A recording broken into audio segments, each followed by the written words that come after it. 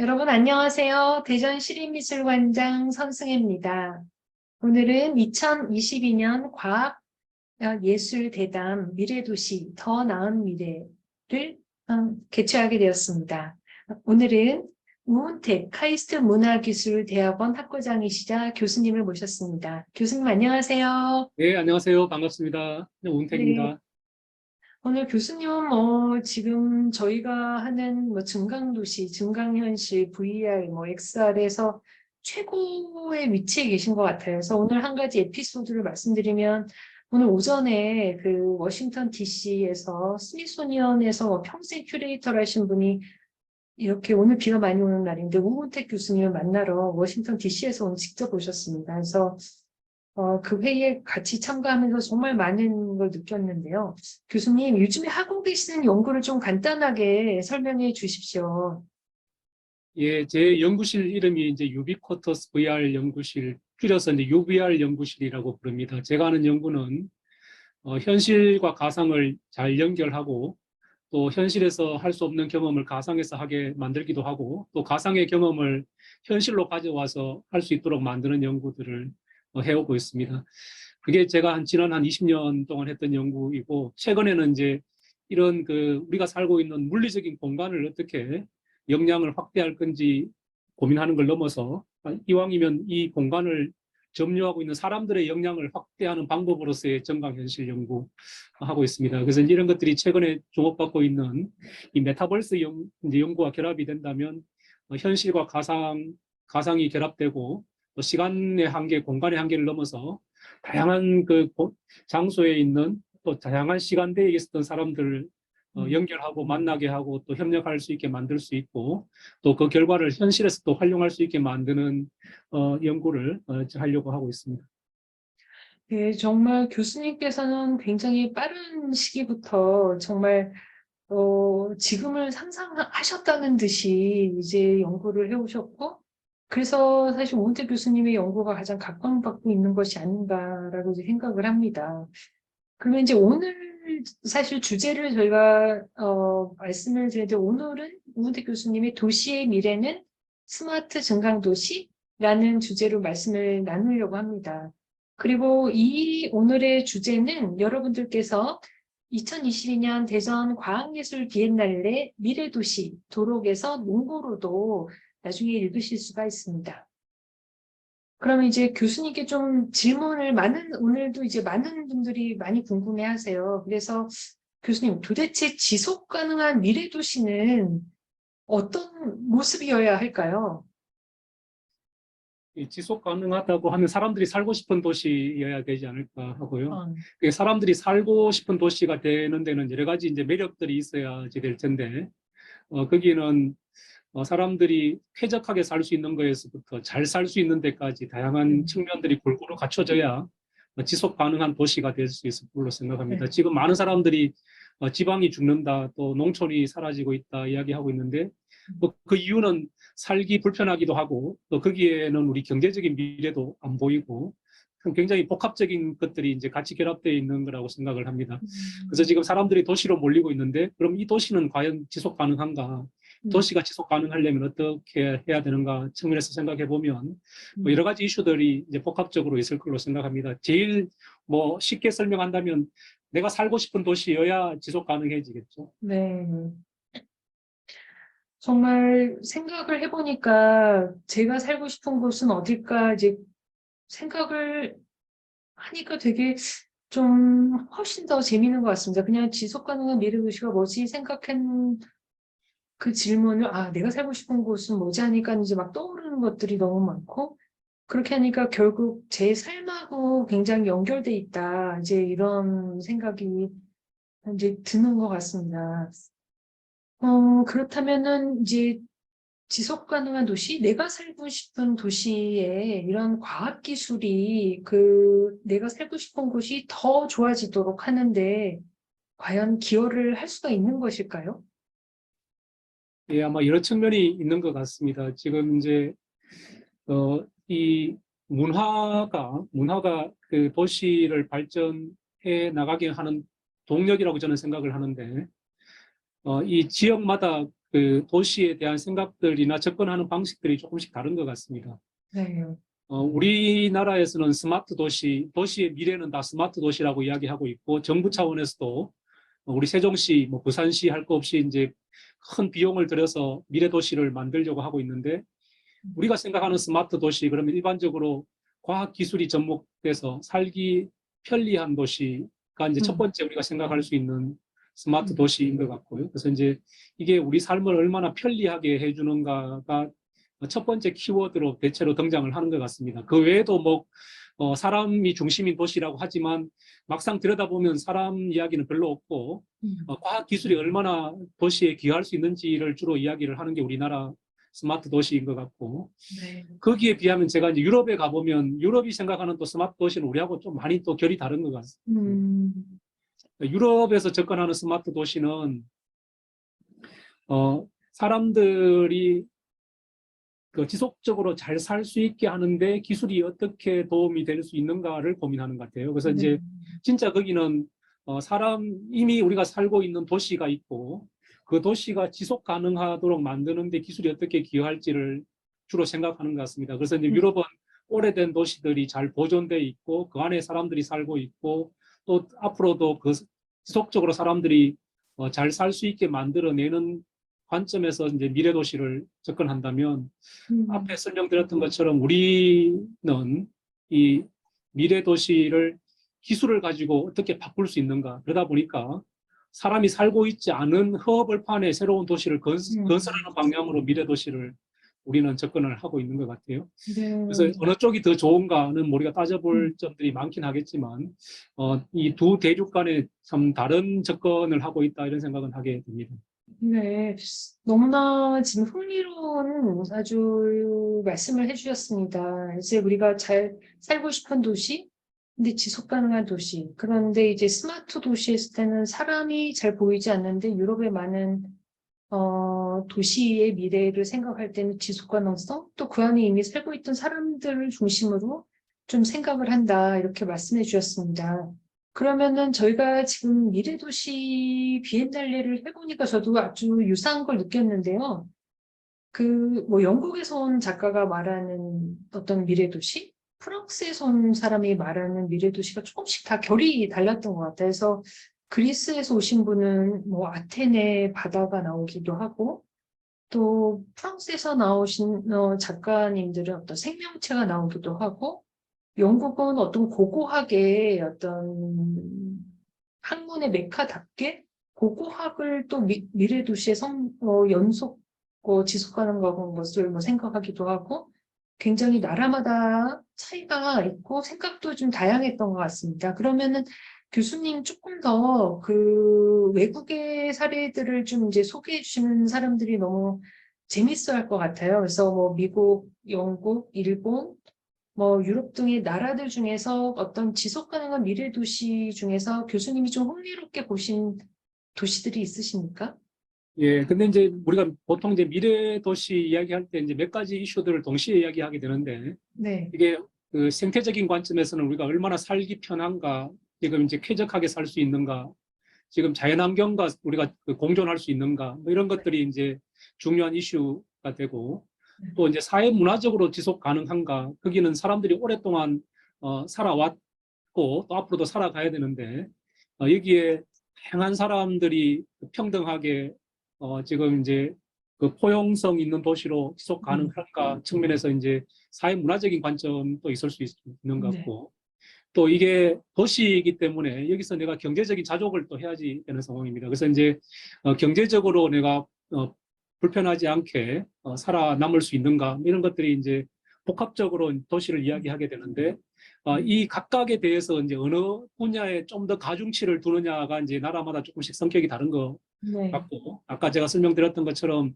뭐 유럽 쪽은 아무래도 이제 생태적이고 또 사회 문화적인 가치를 좀 더 크게 보는 것 같고, 또 뭐 우리나 미국 쪽을 생각해 보면 아무래도 이제 경제적인 가치, 도시에서 사람들이 모여 사는데 빈곤하지 않게 또 경제적으로 여유를 누리면서 살 수 있게끔 할 수 있느냐, 뭐 이런 쪽에 조금 더 포커스를 두는 것 같고, 뭐 그런 관점에서 이제 새로운 기술을 접목하고 하는 데는 우리나 미국이 조금 더 앞서 있는 것 같고 음, 사람을 생각하는 관점은 유럽이 조금 더 앞서 있는 게 아닌가. 뭐 그래서 이제 음, 뭐 지금 그런 차이들이 조금씩은 있는 것 같습니다. 그래서 이제 음, 도시 관련되는 이야기를 하다 보면 늘 유럽은 이게 진짜 사람을 위해서 도움이 되는 거냐를 먼저 생각을 하고 그렇게 하는데 기술이 필요하면 도입을 하고 기술이 꼭 없어도 음, 사람들이 조금 더 잘 살 수 있는 방법이 있다면 과감하게 그 길을 택하는 게 유럽의 경향성인 것 같고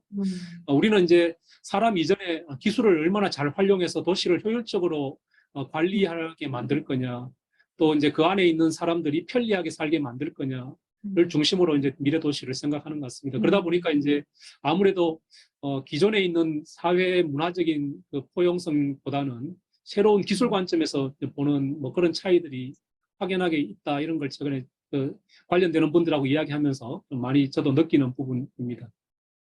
예. 교수님이 지금 말씀해주신 부분이 사실은 예술에서도 똑같이 반영이 되고 있다는 걸 저도 발견을 했는데요. 그러니까 한국은 좀 더 기술을 초격차 기술까지도 말하나 기술을 계속 받아들이면서 좀 더 편안하고 그것이 어떤 경제적으로 어떻게 발전을 할 수가 있지에 관심이 좀 가져진다면 유럽에서 많은 또 분들은 생태에도 관심이 많았던 것 같아요. 근데 어제 이제 저희가 국제 콜로키움을 하면서 레프마노비치 교수님이 너무 재밌는 말씀을 하셨는데요. 한국은 과학기술을 좀 현실에 응용해서 빨리 발전하는 데 관심이 많다 했더니 한국은 70%가 산이라서 이미 자연환경이 너무 풍부하다. 그렇기 때문에 과학기술에 관심을 갖는 게 천의 혜택이다. 이렇게 말씀을 하시는 거여서 그렇지. 생각해보니까 우리나라는 뭐 조금만 가면 등산을 주말에 다 다니고 할 정도로 산이 많았구나. 그러니까 오히려 어떤 그런 생태적인 환경이 있기 때문에 과학기술에 집중을 할 수 있었던 것은 아닐까? 뭐 이렇게 이제 생각을 하게 됐고요. 그래서 근데 한 가지 이제 한국이 조금 문화적인 것을 이 과학기술 안에서도 어떻게 이제 교수님이 하고 계신 것처럼 이제 문화기술, 문화의 측면을 조금 더 강화시킨다면 우리가 진짜 세계에서 제일 새로운 비전을 만들어낼 수가 있겠구나. 이제 여기까지 좀 있다라는 것을 예술 현장에서는 좀 느끼게 됩니다. 그러면 이제 저희가 더 관심이 있는 이 기술과 이제 도시에 적용해서 교수님은 오랫동안 디지털 트윈하고 증강도시를 이제 갖고 계시는데요. 교수님이 그 연구해 오신 디지털 트윈 그리고 증강도시는 어떻게 해서 연결이 될 수가 있을까요? 예. 그래서 이제 디지털 트윈 그러면 이제 그 현실 세상을 이제 가상으로 옮겨서 현실 공간에서 우리가 관찰하는 다양한 그 정보들을 가지고 일어나지 않은 일을 미리 시뮬레이션을 한다거나 또 지금 풀어야 되는 숙제를 이제 가상 공간에서 먼저 풀어본다거나 해서 이제 그 결과물을 가지고 현실 세상을 반영시키는 기술 우리가 일반적으로 디지털 트윈 기술이라고 부르고 또는 이제 CPS 기술이라고 부르기도 합니다. 근데 이런 기술들이 이제 도시 레벨까지 접목되는 것은 또 최근의 일이기는 합니다. 이게 이제 디지털 트윈이라는 단어는 2000년대 초반에 이 기계 장치를 우리가 가상 공간에 똑같이 구현을 하고 기계 장치에 센서를 붙이고 기계 장치가 어떻게 동작하는지 정보를 모은 다음에 그 정보를 가지고 가상 공간에서 기계 장치가 앞으로 어떻게 동작할 건지 또 동작하다가 어떤 문제가 발생할 수 있는 여지가 있는지 이런 것들을 시뮬레이션 해서 그 결과를 가지고 미리 예방하거나 또 더 좋은 솔루션을 찾아서 이제 현실 공간에 활용하는 기술을 우리가 디지털 트윈이라고 하는데 이런 기술을 도시 차원에서 우리가 적용할 수 없을까 이제 고민하는 사람들이 이제 이 정강도시라는 개념으로 연결시키고 있습니다. 이제 이런 그 도시 차원에서 가상 세계를 구축하자 이런 시도는 오래 전부터 있어 왔습니다. 사실 이제 최근에 주목받고 있는 이 메타버스라는 개념이 우리가 가상에서 이제 도시를 만들어서 거기에서 시간의 한계, 공간의 한계가 없이 사람들이 서로 연결되고 또 협력하고 또 새로운 일들을 만들어 나가는 새로운 이제 공간으로서 메타버스를 우리가 생각을 했었고 그게 이제 2000년대 인터넷이 보급이 되면서 네트워크 VR이라는 개념과 접목이 됐고 그게 이제 지금은 모바일 폰에서도 활용할 수 있는 가상 공간이 만들어졌는데 이 도시 자체를 똑같이 가상에 만들 수 있는가? 이런 질문을 우리가 해볼 수 있겠죠. 네. 그래서 이제 상상으로 만든 가상 공간의 사람들을 만나게 하는 것들은 우리가 지난 한 20년간 꾸준히 해왔던 일이라면 지금 이제 도시를 똑같이 가상에다가 만들어 보자 하는 것들은 지난 한 7, 8년 사이에 또 시도를 우리가 해오고 있습니다. 첫 번째 아마 대표적인 사례로 볼 수 있는 게 싱가포르 버추얼 네. 싱가포르 프로젝트이거든요. 버추얼 싱가포르 프로젝트는 싱가포르 자체가 인구 한 500만 정도의 작은 도시 국가이기 때문에 싱가포르 전체를 가상으로 옮겨낼 수가 있었습니다. 그 당시에는 다소라는 회사가 정부의 그 지원을 받아서 싱가포르 전체를 똑같이 가상으로 옮기고 일상에서 일어날 수 있는 다양한 일들을 시뮬레이션을 했죠. 그래서 이제 건물을 새로 짓게 되면 교통량이 얼마나 늘어나는지, 또 어떤 변화가 생기는지, 일조량은 어떻게 되는지, 바람길은 어떻게 되는지 이런 것들 뭐부터 해서 다양한 시뮬레이션을 그 공간에서 할 수가 있기 때문에 1차적으로는 이런 이제 디지털 트윈 기술이 접목이 되면 도시를 잘 모니터링 하는 데 쓸 수가 있게 되고요. 네. 모니터링 하는 데서 끝나지 않고 모니터링 하면 이제 어떤 일들이 일어나는지 우리가 알 수 있기 때문에 이제 그 정보를 가지고 다양한 의사결정을 할 수가 있고 또 이제 이 정보를 가지고 현재 일어나지 않았지만 앞으로 어떤 일이 발생할 여지가 있다. 지금처럼 비가 많이 오면 몇 시간 후에는 어디가 범람을 할 거고 또 홍수는 어떻게 될 거고 이런 것들을 미리 이제 가상에서 볼 수가 있다는 거죠. 그러면 이제 그게 미리 대응을 할 수가 있으니까 이제 그런 용도로 쓸 수도 있고 또 지금처럼 이제 팬데믹 상황이 돼서 우리가 비행기를 타고 방문할 수 없는 상황이 되면 가상 세계로 가서 싱가포르 거리를 걸어 다닐 수 있게 만들 수도 있겠죠. 그래서 이제 그런 다양한 용도로 쓰기 위해서 이제 싱가포르에서는 버추얼 싱가포르라는 프로젝트를 진행한 바가 있습니다. 근데 여기는 아직 완벽한 디지털 트윈은 아니었고 디지털 트윈이라고 하면 현실 공간에서 일어나고 있는 일들을 센서를 통해서 우리가 모니터링하고 그 센싱된 정보를 가상으로 가져가야 되는데 이제 싱가포르 경우는 그 센싱하는 정보를 가상 공간으로 옮기는 부분이 빠져 있습니다. 그래서 이제 가상 공간은 만들었지만 현실을 실시간에 모니터링하는 기능은 상대적으로 적었고 그러다 보니까 이제 활용할 수 있는 데이터가 적고 데이터가 적다는 이야기는 또 시뮬레이션 하는데 제약이 있고 그래서 상당히 제한적인 가상 도시를 우리가 이제 경험을 할 수 있도록 만들었던 사례였고 지금 이제 이 개념을 우리가 일반적으로 이야기하는 IoT 사물 인터넷이라고 하는데 인터넷 오브 띵스라고 하는 센서들을 활용해서 현실 공간에서 일어나고 있는 일들을 실시간에 가상에서 모으고 또 사람들이 참여해서 정보를 추가적으로 가상 세계로 보내고 가상 세계에서는 이런 정보들을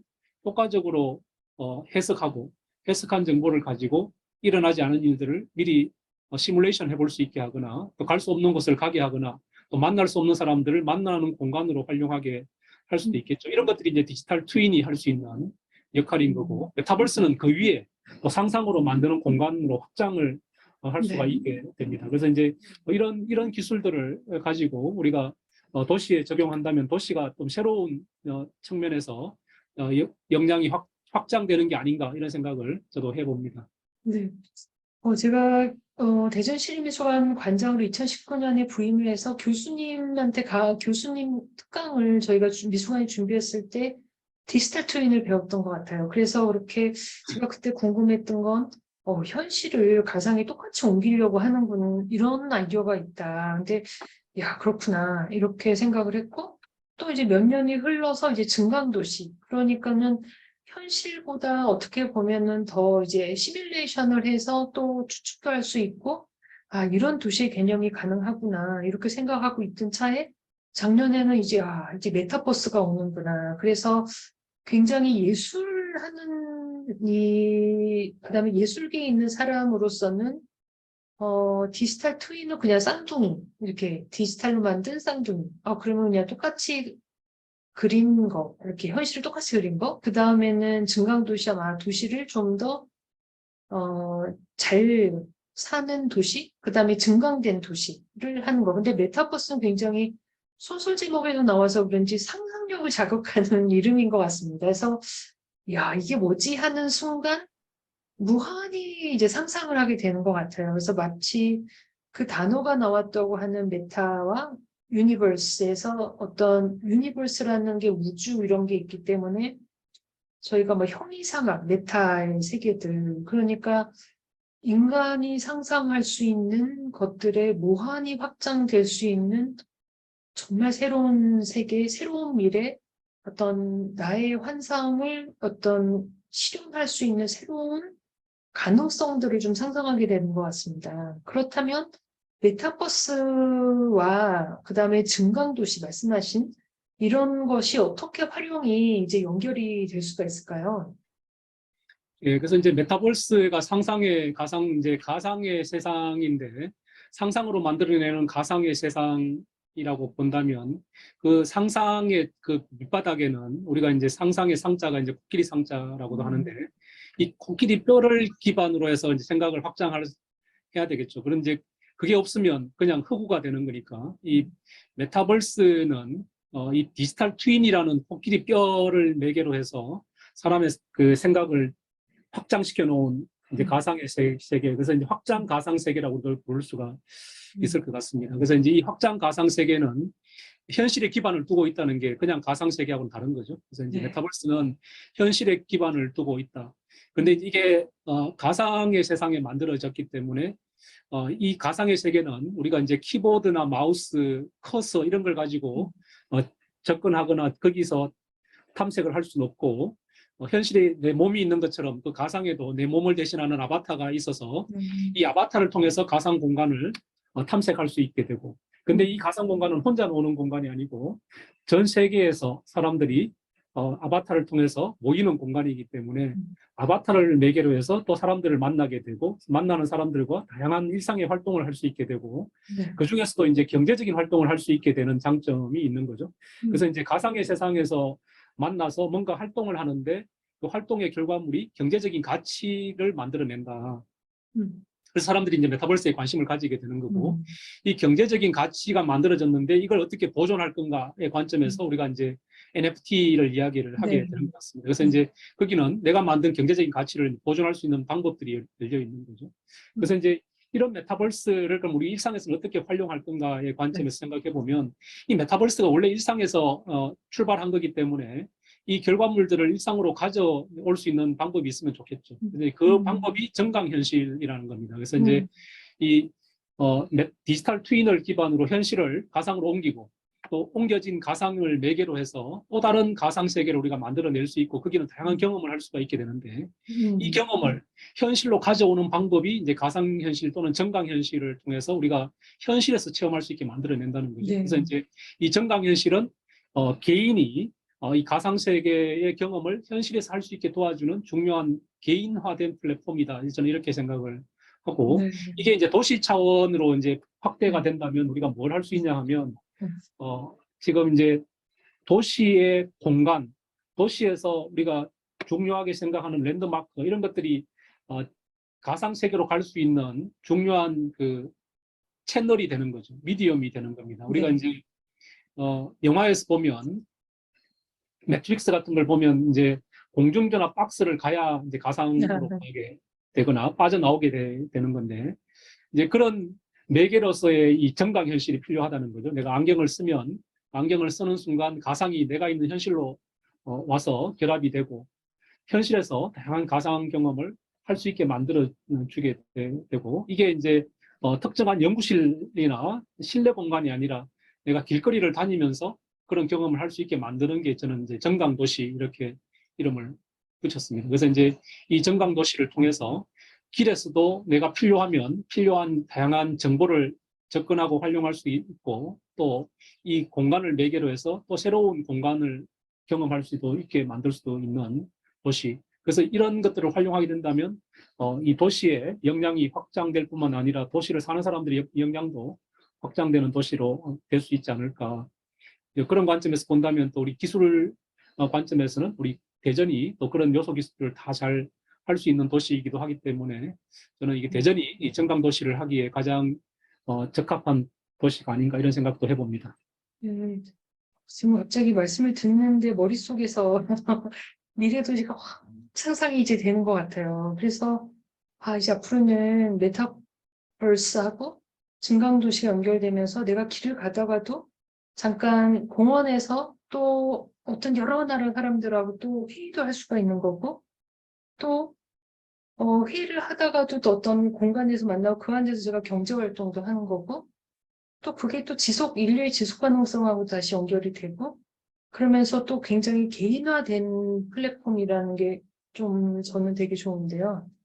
어떻게 보면은 20세기에 너무 매스미디어 사회에 살다 보니까 다 똑같아지는데 사람들이 좀 이제 피로감을 느끼면서 지금 이제 나만의 세계의 어떤 특수성들, 개인화들, 개성들이 다시 한번 좀 관심을 가져지는 것 같아요. 그래서 너무 일률적으로 공통된 알고리즘 속에 있는 것에서 벗어나서 나의 세계를 이제 각각 구성하려고 하는 단계가 있지 않나? 근데 그게 도시랑 연결된다면 정말 좋겠다. 이런 생각이 듭니다. 상상만 해도 너무 즐거워.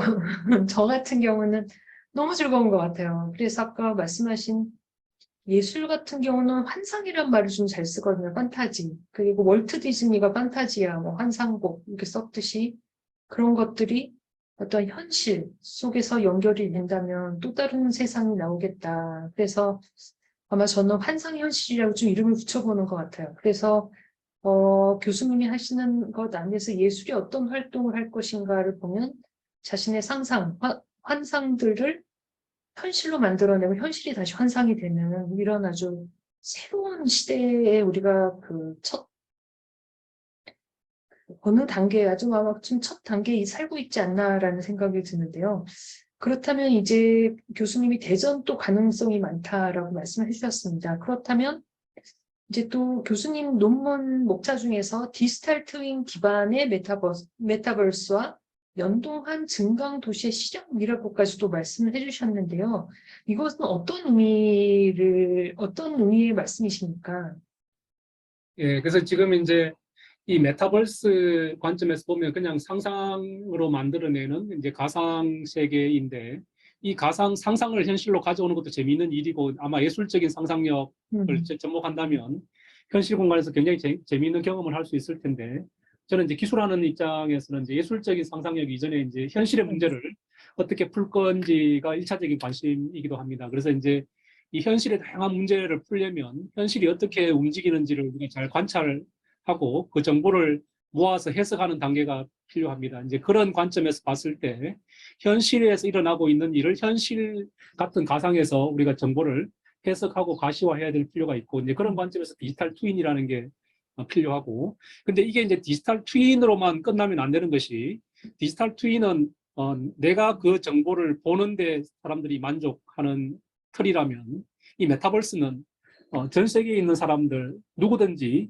이 공간에 접속해서 현재 일어나고 있는 일을 공유할 수 있는 장점이 있는 그 플랫폼입니다. 이제 그런 관점에서 본다면 유럽에서 이야기하는 것처럼 도시의 미래를 이야기할 때 과연 이 기술이 사회 문화적으로 도움이 되는 건가? 사회 문화적으로 그리고 그동안 지켜왔던 전통, 문화 이런 것들이 지속적으로 발전해 나가는데 또 우리가 더 풍요롭게 사는데 도움이 되는 건가의 관점에서 본다면 그 도시를 사는 사람들의 생각, 그 도시를 사는 사람들의 참여, 그 도시를 사는 사람들이 함께 문제를 풀어 나가고 또 그 사회를 같이 만들어 나가는 게 굉장히 중요한 이슈라고 저는 생각을 합니다. 이제 그런 관점에서 이 디지털 트윈 기반의 메타버스 그리고 이 메타버스를 내가 직접 체험할 수 있는 정강현실 플랫폼 이런 것들이 굉장히 중요한 이제 컴포넌트가 될 거라고 봅니다. 그래서 여기서 보면 이제 내가 도시에서 문제가 발생했다. 지금은 이제 우리가 사진을 찍어서 구청에다가 신고를 하게 되면 구청 직원이 그걸 보고 답변을 해주거나 무시하거나 뭐 이렇게 되는데 이 메타버스는 내가 현장에서 문제가 있다고 이제 리포팅을 하게 되면 이 문제가 동시에 그 장소에 관심 있는 많은 사람들한테 공개가 되게 되고 또 그 해결책을 아는 사람들이 가상에서 그 해결책을 제시해서 그게 타당한지를 사람들이 서로 생각해 볼 수 있는 기회를 제공을 하게 되고 또 많은 사람들이 동의하는 해법이라고 한다면 그 해법을 또 시민들 스스로 현장에 적용해서 문제를 풀어내거나 또 정부를 설득해서 비용을 투입하도록 우리가 압력을 가할 수도 있게 되는 거죠. 그래서 이제 그런 관점에서 이 디지털 트윈 기반의 메타버스 그리고 이제 개인이 현장에서 이런 경험을 할 수 있게 만들어내는 정강현실 플랫폼 이런 것들이 결합된다면 그 도시가 훨씬 더 사람들이 관심을 가지고 또 도시를 함께 발전시켜 나갈 수 있는 중요한 틀이 되지 않을까 이런 생각을 해봅니다. 음, 정말 아까 이제 말씀하신 거를 생각을 해보니까 정말 내가 살고 있는 동네에 바로 우리 동네에서 내가 어떤 정보를 하면 이 디지털 가상 증강도시 안에서 그러니까 말씀하신 어떤 시민 참여형 스마트 도시, 증강도시 안에서는 문제도 같이 해결할 수 있고 또 이거를 내가 누구한테 말해서 누구한테 물어봐야 할지 몰랐던 것들도 그 디지털 세계 안에서는 조금 더 많은 사람들이 어떤 거리적, 물리적인 한계를 넘어서 더 쉽게 만날 수 있다면 또 해결 방법들이 다른 방식으로 좀 빨리 나올 수 있겠구나. 뭐 이런 생각이 이제 말씀을 들으면서 동시에 이런 생각이 듭니다. 그렇다면 우리가 증강 도시, 그다음에 메타버스 안에서 사는 사람들의 어떤 시민의식 이런 것도 굉장히 달라져야겠구나 이런 생각이 이제 드는데요.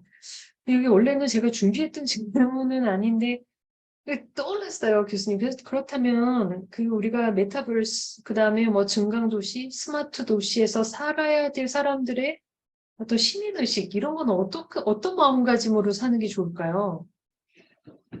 시민들 스스로 이제 이런 새로운 기술들을 잘 이해하고 활용하는 게 뭐 가장 중요한 부분이긴 하고, 뭐 그럼에도 불구하고 이제 기술이 사람들의 생각을 바꾸거나 또 유도할 수 있는 또 부분도 있기도 합니다. 예를 들면 이런 그 시민들의 참여가 굉장히 중요하다고 했을 네, 때 과연 시민들이 관심을 가지고 참여할 건가는 또 별개의 이슈이기도 합니다. 네, 어떻게 그럼 시민들이 이 새로운 그 공간, 디지털 트윈이나 디지털 트윈에 기반한 메타버스에 관심을 가지고 참여하게 만들 건가의 관점에서 생각해 보면 사람들은 어떤 그 모티베이션을 가지고 움직이느냐. 첫 번째는 재미있으면 사람들이 말려도 하게 되죠. 그래서 이제 주로 이제 오락, 뭐 도박 이런 것들을 이제 사람들이 뭐 사회적으로 말려도 하게 되는 건데 그건 재미가 있기 때문에 그런 거죠. 뭐 다양한 측면의 재미적인 요소가 있는 거죠.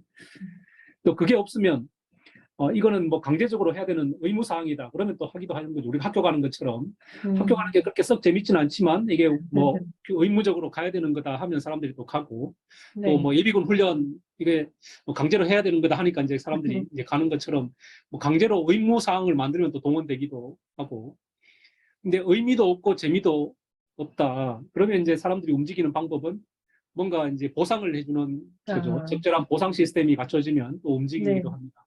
그래서 이제 그런 관점에서 보더라도 메타버스가 굉장히 이제 좋은 플랫폼인 것이 여기는 경제적인 가치를 이제 만들어낼 수 있는 건데 시민들의 참여를 시민들의 경제적인 가치로 어떻게 바꿔줄 건가 이런 메커니즘들이 이제 그 메타버스 플랫폼에 같이 결합이 돼야 되는 거죠. 예를 들면 내가 오늘 가다가 보니까 이 하천이 어느 지역에서 조금 넘쳐서 위험하다 이런 것들을 메타버스에 리포팅을 하게 되면 그 리포팅 한 거를 이제 일종의 그 토큰을 제공을 한다거나 뭔가 경제적인 가치를 이제 환산할 수 있는 형태로 우리가 보상을 해주게 된다면 사람들이 뭐 처음에는 경제적인 가치 때문에 하기도 하고 또 재미가 붙으면 또 재미로 하기도 하고 또 그게 내가 그 도시를 사는 시민의 의무라고 생각하면 또 하기도 하고 이제 사람들이 이제 그 다양한 그 동기를 가지고 이 공간들을 활용하게 된다면 사람들이 이제 이 그 메타버스나 디지털 트윈 공간에 모이게 되고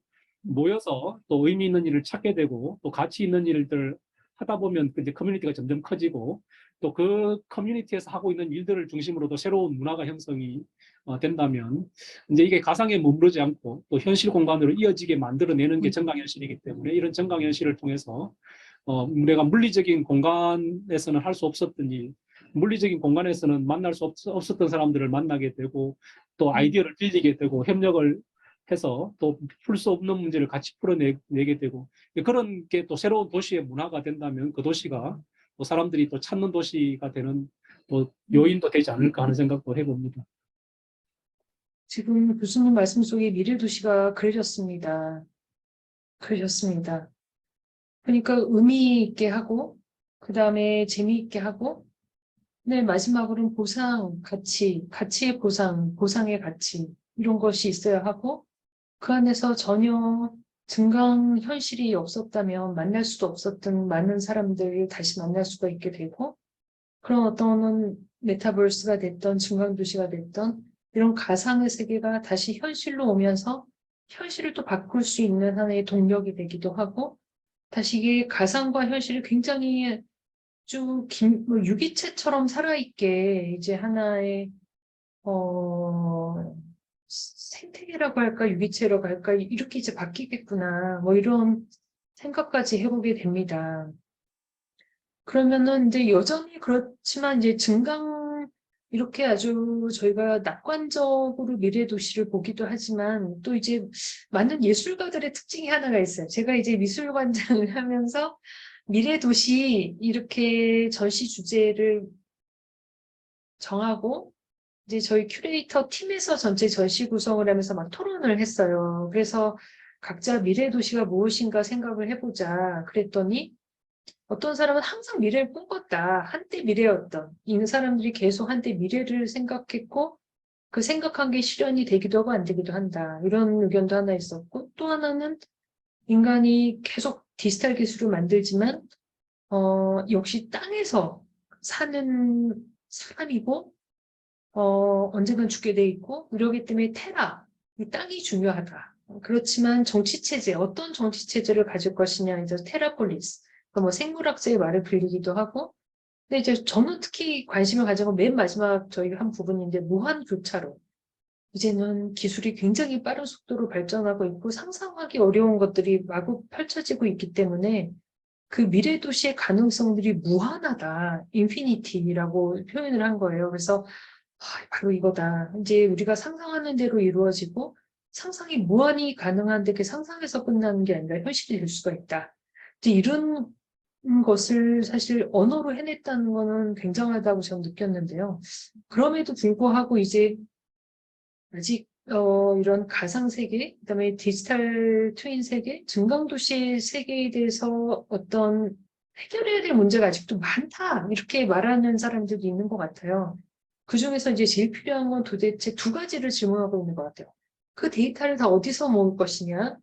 그다음에 또 하나는 그 데이터를 모으는데 드는 전기 에너지가 너무 많다. 그러니까는 사실 인간을 내는 밥 세 때 먹고 고기 컴퓨터를 다 가지고 다니면서 그 작은 연료를 갖고 너무나 많은 일을 하는데 그 이런 증강도시가 소비해야 된 전력이 과연 얼마큼 효율적일까 뭐 등등의 질문을 하는 것 같아요. 그렇다면 교수님께서는 이제 앞으로 우리가 해야 될 증강 도시 또 메타버스의 어떤 도시들에서 해결해야 될 문제들이 좀 많은 것 같은데요. 어떤 이런 점이 좀 주목해야 될 문제점도 있다라고 말씀해 주신다면 어떤 점이 있을까요? 예. 그래서 지금 이제 제가 설명드렸던 이런 전강도시가 실제로 실현되려면 앞으로도 아마 10여 년 시간이 더 필요하지 않을까 하는 생각을 합니다. 기술적으로 아직 이제 성숙하지 않은 기술들이 많고요. 이게 이제 되려면 현실 공간의 정보를 모아낼 수 있는 다양한 센서들도 이제 발전을 해야 되지만 이 정보를 실시간에 가상으로 옮기려면 초고속망도 필요하고 이 정보를 모두 중앙에다가 모아서 처리하는 게 아니라 그 현장 가까이 있는 우리가 소위 말하는 엣지나 클라우드를 통해서 정보를 모으고 해석하는 작업들을 일정 부분 소화를 해야 되기 때문에 엣지 클라우드 기술도 필요하고 아까 이야기했던 디지털 트윈을 아주 사실감 높게 만들어내는 기술도 필요하고 상상을 가지고 메타버스를 만드는 기술도 필요하고 또 이 모아진 데이터를 해석할 수 있는 인공지능 기술도 필요하고 학습을 통해서 새로운 지식을 만드는 인공지능도 필요해집니다. 그리고 이제 이런 경험이나 지식을 현실로 가져오는 가상정강현실 기술도 당연히 필요하고 그리고 이제 여기에 이제 경제적인 시스템이 이제 결합돼야 되기 때문에 신뢰할 수 있는 경제 시스템도 구축이 돼야 되고 뭐 법제도도 만들어야 되고 해야 될 숙제는 아직 굉장히 많이 남아 있는 상태이기 때문에 기술적인 관점에서도 앞으로 해야 될 일들이 많고 그리고 이제 사회 문화적으로도 이슈들이 꽤 많습니다. 우리가 이제 문화 그러면 지역적으로 가치 있는 사람들이 오랫동안 그 지역에 머물면서 생활하면서 축적해온 것들이 문화라고 한다면 이 가상 세계는 이 메타버스라는 새로운 가상 세계는 시간의 한계도 없고 공간의 한계도 없는 공간이죠. 그러다 보면 이 문화적인 충돌이 있을 수밖에 없습니다. 이게 지금 시간의 한계가 없는 다른 지역에 있는 사람들이 가상에 같이 모였기 때문에 그 사람이 지금까지 살아오면서 가지고 있는 이 사고 체계와 또 지금 내가 있는 이 공간에 살고 있는 사람들의 사고 체계가 서로 다르고 또 심지어는 법제도도 다르기 때문에 그때 일어나는 많은 그 충돌을 어떻게 해결할 건가. 또 여기에는 또 새로운 기술 때문에 접근하기 어려운 사람들을 어떻게 포용해서 지금 이 격차를 줄여서 같이 이 세상을 활용하게 만들 건가. 또 이런 이제 사회문화적인 이슈도 당연히 있고요. 그리고 이제 더 중요한 거는 이 세상이 진짜 사람들한테 좋은 세상인가에 대한 고민도 이제 아직은 덜 된 상태이기도 합니다. 무슨 얘기냐 하면 지금 우리가 이제 물리적인 세상을 살면서 이 개인정보 보호라는 측면에서 우리 데이터들이 지금 악용되는 많은 사례들을 우리가 경험하고 있는데 이 메타버스라는 공간은 우리가 어떻게 보면 지금보다 훨씬 더 많은 개인정보가 노출되는 공간이거든요. 내가 가상세계에서 사람들을 만나게 되고 다양한 활동을 한다는 이야기는 이 공간에서 이루어지는 모든 것들이 다 관찰될 수 있고 또 관찰된 데이터는 모아질 수 있고 모아진 정보는 해석될 수 있고 네, 그렇게 된다는 이야기는 시스템은 저보다도 저를 더 잘 아는 상황이 될 수 있기 때문에 이런 정보를 가지고 과연 이 사람을 위해서 쓰는 사람만 있을 건가? 꼭 그렇지는 않다는 거죠. 이런 정보들이 모아지게 되면 이 정보들이 하나의 또 새로운 가치를 만들게 되고 이런 정보를 활용해서 또 새로운 비즈니스가 이루어지게 된다면 이제 그 피해는 또 고스란히 사용자들한테 또 시민들한테 돌아오는 거기 때문에 뭐 그런 경우에 데이터는 어떻게 관리해야 될 건가의 이슈도 있고 아까 이제 지적하셨던 것처럼 그런 데이터들을 가지고 해석하는 데는 또 많은 에너지가 필요해지고 해석을 넘어서 학습하는 데는 더 많은 에너지가 이제 소요되기 때문에 이제 그 많은 에너지는 또 누가 또 책임지고 만들어내야 되는 건가. 또 그런 문제들도 또 동시에 있기도 합니다. 그래서 지금 숙제들은 너무나 많이 남아있는 상황이어서 저 같은 엔지니어들이 할 일들이 아직 있는 거죠. 그래서 지금 당장 이 새로운 세상이 일상으로 오기보다는 일상으로 오는데 시간이 조금 걸릴 텐데 그동안 우리가 그런 준비들을 부지런히 한번 해야 될 걸로 생각이 듭니다. 네. 교수님 말씀을 들으니까 희망이 있고 되게 재미있고 흥미진진한 만큼 어떤 책임감이나도 많이 느껴지고 이제 숙제가 많구나 이런 생각이 드는데요. 어떤 숙제가 많게 느껴지는 거는 어떻게 보면은 좀 희망적인 것 같아요. 왜냐하면 이런 문제도 풀어야 될 숙제가 있고 이것도 과제가 되고 그런데 여기서 이제 말씀을 듣고 보니 이거 혼자 할 수가 없는 거구나. 이런 지금 말씀을 느끼게 됐습니다. 교수님 같이 과학기술을 하시면서도 문화를 총체적으로 바라보실 수 있는 분도 있어야 되고, 법제도를 하는 사람도 있어야 되고, 저처럼 이제 문화예술, 인간의 상상력이 계속해서 표현되는 어떤 제도들을 또 활성화시켜 나가는 사람도 있어야 되고, 이게 나 혼자만이 만들 수 있는 또 다른 미래가 아니다. 이거는 다 같이 하는 거구나. 이런 생각이 듭니다. 하지만 굉장히 기쁜 거는 그런 과제가 눈앞에 있다는 게 너무 어떻게 보면 되게 신나는 순간인 것 같아요. 그래서 이것도 한번 해결해 볼 수가 있겠고 이것도 해결해 볼 수가 있겠고 그러면 그런 좀 다른 미래, 또 새로운 미래가 나올 수 있지 않을까? 이런 상상을 할 수 있는 우리나라에 지금 제가 살고 있다는 게 너무나 좀 경이롭게 느껴집니다. 그전까지는 따라가야 될 사람이 너무 많았던 것 같아요. 선진국의 어디도 비슷하게 하고 싶고, 어떤 목표가 누구를 모방하는 것이었다면, 지금은 그게 아니라 우리에게 주어진 미래의 가치들, 과제들을 해결하는 게 우리의 어떤 목표가 됐다는 건, 어떻게 보면은 정말 축의 전환, 여러 가지 면에서 한국 사회가 축의 전환기에 있는 게 아닌가. 그래서 그 축의 전환기를 맞이하는 그 시점에 내가 살고 있다는 게 굉장히 가슴 벅찬 일이라고 생각이 됩니다. 그렇다면 이제 오늘 아마 교수님의 말씀을 들으면서 또 문학계에 있는 분들, 또 예술계에 있는 분들, 또 과학기술에 계에 계신 분들, 또 사회과학을 하시는 분들이 많은 영감을 받으셨을 것 같아요.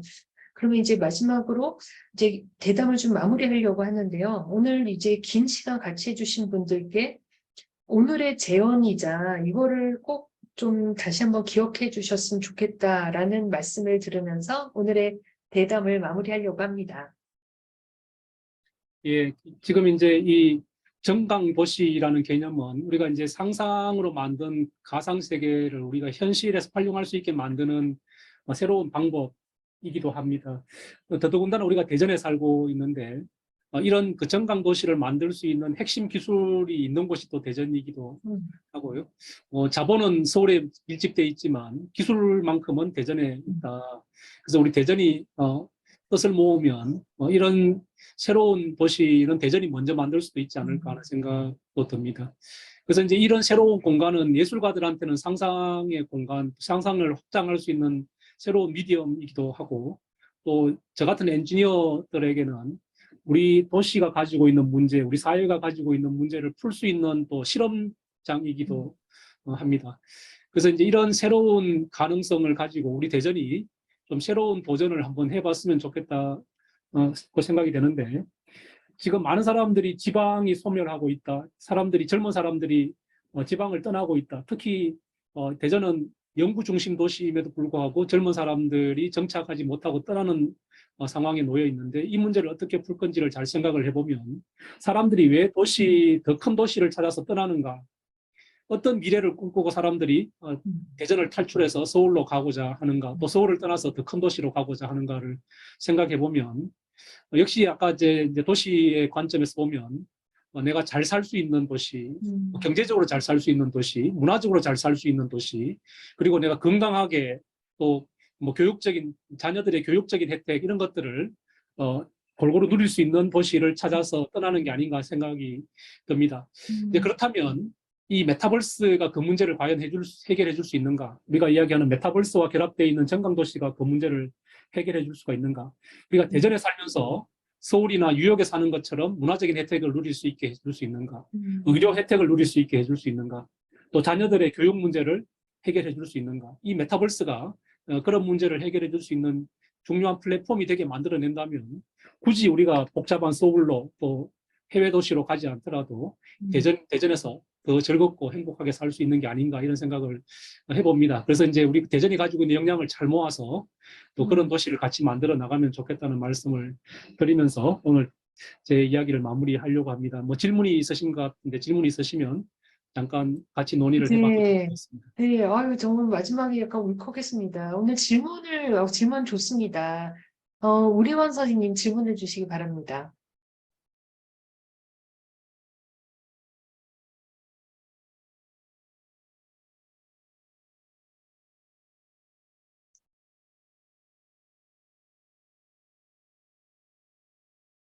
음, 제가 좀 읽어드릴게요. 대전과학예술 비엔날레에서는 다양한 현대 미래 도시에 대한 고민을 하고 있습니다. 예, 마이크가 동작을 안 하네요. 마이크 켜서 그럼 제가 공간의 이동에 따라 사람들의 욕구 또한 변화되리라 생각합니다. 지금 제가 질문을 읽어드리고 있습니다. 가상현실 공간 앞에서 앞으로 사람들이 기대하고 마이크를 끄고 질문하셔도 될 것 같긴 한데. 예.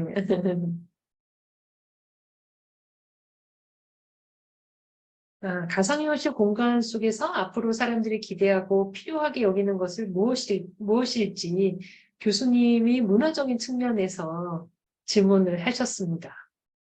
예, 이제 전통적인 가상현실 또는 가상공간 이러면 이제 공간 이야기를 하게 되는 거거든요. 근데 공간은 어떤 측면에서 보면 이제 고스트 타운 같은 거죠. 이게 도시 관점에서 보면 뭔가 우리가 가상의 세상에 건물은 열심히 만들었는데 그 공간을 활용하는 사람은 아무도 없는 게 예전에 1세대 가상현실이었다면 지금 이야기하는 메타버스는 그 가상 공간에 사람들이 살기 시작하는 거고 그 사는 공간은 내가 컴퓨터 파워를 끈다고 해서 사라지는 게 아니라는 거죠.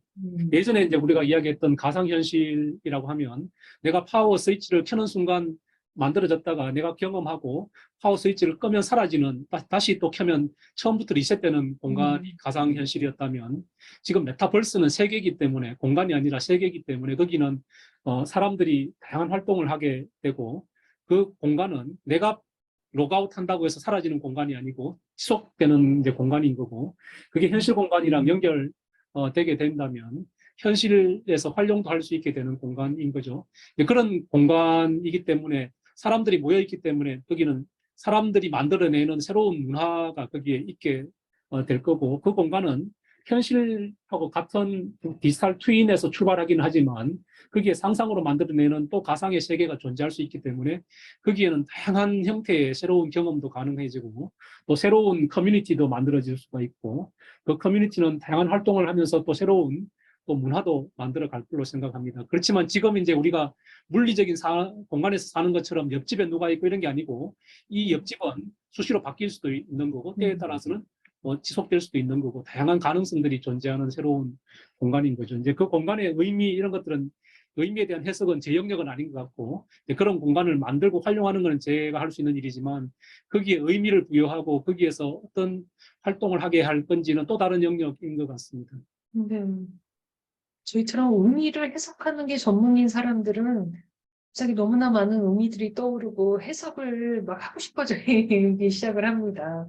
교수님께 정말 오늘 너무나 많은 영감을 받아서 약간 제가 강연을 듣고 또 대담을 하면서 가슴이 울컥한 적이 별로 없는데요. 무슨 한 편의 명작을 읽고 나서 가슴이 좀 벅차오르는 이런 느낌을 느꼈습니다. 그럼 오늘 긴 시간 교수님께서 너무 좋은 대담을 해주셔서 저희로서는 굉장히 뜻깊습니다.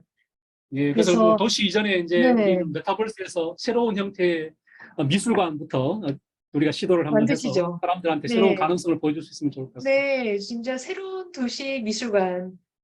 진짜 오늘 너무나 그 장면을 이거 저거 진짜 너무 떨립니다. 그래서 그 현실들이 생각보다 너무 빨리 진전되고 있기 때문에 그 빠른 속도를 따라가는 게 한국 사람의 최고의 장점인 것 같아요. 그 속도감을 즐기는 변화의 속도감을 또 앞서가도록 하는데 저희가 정말 일조를 하고 싶습니다.